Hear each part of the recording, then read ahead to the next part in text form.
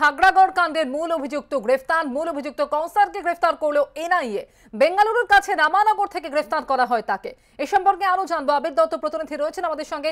আবির, কিভাবে খোঁজ পাওয়া যায় এই মূল অভিযুক্ত কৌসারের এবং কোথা থেকে কিভাবে বা গ্রেফতার করা হলো তাকে?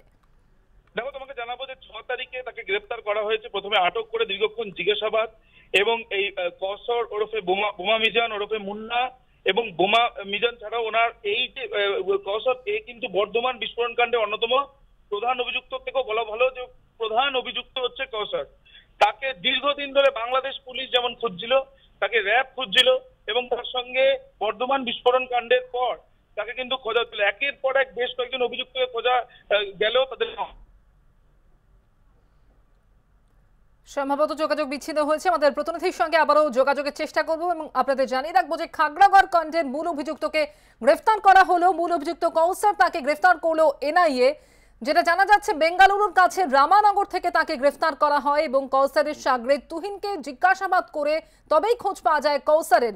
রামানগরে তার বাড়ি থেকে উদ্ধার হয় বিস্ফোরক। ভারতে জঙ্গি সংগঠন জেএমবির দায়িত্বে ছিল কৌসার। আবির দত্ত প্রতিনিধি রয়েছেন টেলিফোন লাইনে আমাদের সঙ্গে। আমি যেটা তুমি জানাচ্ছিলে যে ঠিক কিভাবে কোথা থেকে গ্রেফতার করা হলো কৌসারকে। দেখো, গত 3 তারিখে তার একজন অ্যাসোসিয়েট, তাকে গ্রেফতার করা হয়েছিল, তুহিন তার নাম, এবং তাকে জিজ্ঞাসাবাদ করেই তদন্তকারী আধিকারিকরা জানতে পারেন যে কেরালা থেকে তুহিন গ্রেফতার হয়েছে এবং বেঙ্গালুরুর কাছাকাছি রামানগর সেখানে ভেষ বদল করে বা নিজের চেহারা যা ছিল সেখান থেকে বদলে সে অন্য একটি জায়গাতে ভাড়ায় থাকছে। তদন্তকারী আধিকারিকরা ছদ্মবেশে সেখানে যায় এবং সেখান থেকে প্রথমে ধরে বোমা মিজানকে এবং তাকে তার বাড়িতে তল্লাশি চালিয়ে পাওয়া যায় বেশ কিছু ইলেকট্রনিক গ্যাজেট, পাওয়া যায় বিস্ফোরক।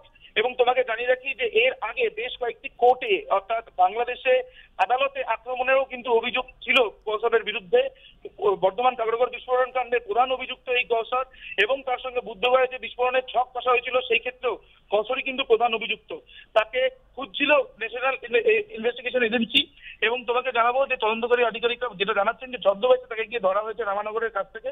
তাকে ইতিমধ্যে স্থানীয় আদালতে তোলা হয় 5 দিনের কিন্তু যে ট্রানজিট রিমান্ড, সেই ট্রানজিট রিমান্ডে তাকে ইতিমধ্যে নেওয়া হয়েছে। তাকে জিজ্ঞাসাবাদ করলে মূলত যেটা জানা যাবে, তদন্তকারীরা এক প্রকার নিশ্চিত আগে থেকেই তারা জানতে পেরেছেন যে জামাতুল মুজাহিদিনের যে প্রধান হিসেবে ভারতবর্ষে কাজ করত এই কৌসরের মাধ্যমেই কিন্তু জামাতুল মুজাহিদিনে একের পর এক এসেছিল সাজিদ থেকে আরম্ভ করে আমজাদ এবং একাধিক অভিযুক্ত যাদেরকে ইতিমধ্যে গ্রেফতার করেছে। এর মধ্যে অনেকেই এখন আলিপুর জেলে রয়েছে এবং এরপর এনআইএর তরফ থেকে যেটা আমরা জানতে পারছি এনআইএ সূত্রে যে তাকে হেফাজতে নেওয়ার পর তাকে জিজ্ঞাসাবাদ করে মূলত দুটি বিষয়ের উপর তারা নজর দিতে চাইছেন। ভারতবর্ষের মাটি ব্যবহার করে জামাতুল মুজাহিদিন কিভাবে তাদের নিজেদের জমি শক্ত করার চেষ্টা করছে, দ্বিতীয়ত তাদের পরবর্তীকালে তাদের প্ল্যানিং কি সেটা জানার চেষ্টা করবে। এবং তোমাকে জানিয়ে রাখবো, ন্যাশনাল ইনভেস্টিগেশন এজেন্সির তরফ থেকে তারা কিন্তু একটা বিষয়ের উপরে নজর দিচ্ছেন যে এর আগে ধরা পড়ার পরেও কিন্তু পুলিশের হাত থেকে পালিয়ে গিয়েছিল বোমা মিজান অর্থাৎ এই কৌসর বাংলাদেশে, যাতে এইভাবে নতুন ভাবে এই ধরনের কোনো ঘটনা না ঘটে আটো নিরাপত্তা বলা চলে তার গ্রেফতারির পরে যেখানে সে যাবে সেখানে আলাদাভাবে কিন্তু নিরাপত্তার জন্য আলাদা ব্যবস্থা করা হবে বলেও কিন্তু ইতিমধ্যে বৈঠকে সিদ্ধান্ত হয়েছে এনআইএর তরফে। এবং এর আগে সে যে ঘটনা ঘটিয়েছে পরবর্তীকালে না ঘটায় সেই দিকটাও নজর দেওয়া চলছে। তবে বড়সড় সাফল্য হিসেবে এনআইএ দেখছে এর আগে তার বেশ কয়েকজন সঙ্গীকে গ্রেফতার করেছিল কলকাতা পুলিশের এসটিএফ, তাদের কাছ থেকেও জিজ্ঞাসাবাদ করেছিল এনআইএ।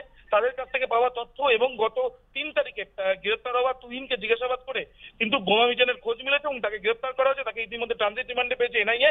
দফায় দফায় তাকে জিজ্ঞাসাবাদ করা হবে, তাকে আপাতত দিল্লিতে নিয়ে যাওয়া হবে এবং তারপর কলকাতাও নিয়ে আসার সম্ভাবনা রয়েছে। ধন্যবাদ আবির।